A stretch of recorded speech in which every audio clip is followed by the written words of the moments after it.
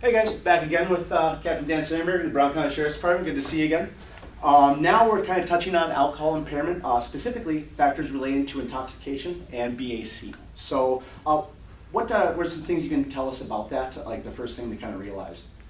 First thing to realize is when somebody comes inside and they've been drinking or they're in your establishment, you got to understand is that people react differently based on weight, based on their size, based on how often they drink. You know, if you get a light drinker versus someone who's a heavy drinker, they all, for us, for law enforcement, we see different varying degrees of it. You know, someone who looks like a .10, it might be an actual a .20, or someone who's who you think is like, oh, this person got to be a .20, .30.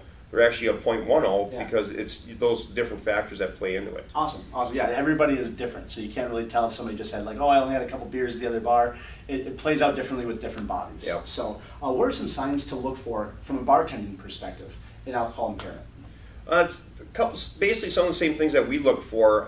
The one tough one that's kind of hard to do in a bar environment is like that odor of alcohol, which is, but when we pull somebody over in a car, it's very pronounced for us. But those other things that we look at that work in a bar is slurred speech, glassy eyes.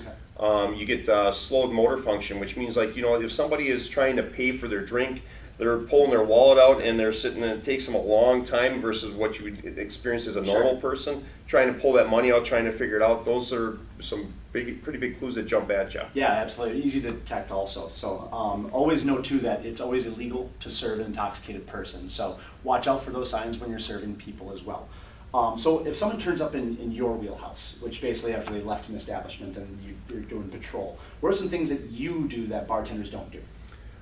Things that we do that bartenders probably should realize that we do is when we first stop a car, first thing we do is we come up to the car and usually, like I said, it's that odor that comes out at us. And then if we get that odor, it's kind of our first clue to start digging a little bit deeper. And we look at their eyes. We look to see if they've got glassy eyes, if their pupils are dilated. We're looking at if their speech is slurred. You know, when we're asking for their ID, how long does it take them? Yeah. We ask them where were you coming from, okay, and who are you out with, and that's kind of a big thing, especially if we have an establishment that keeps coming up.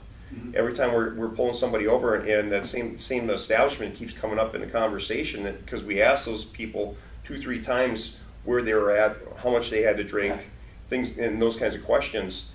It could end up leading us back to conducting investigations on those establishments, especially if they keep popping up on our radar. Perfect. And that's why it's always important to serve responsibly, guys. That's why you're taking this course. So good luck out there, Dan. Thank you very, very much. Thanks, Don.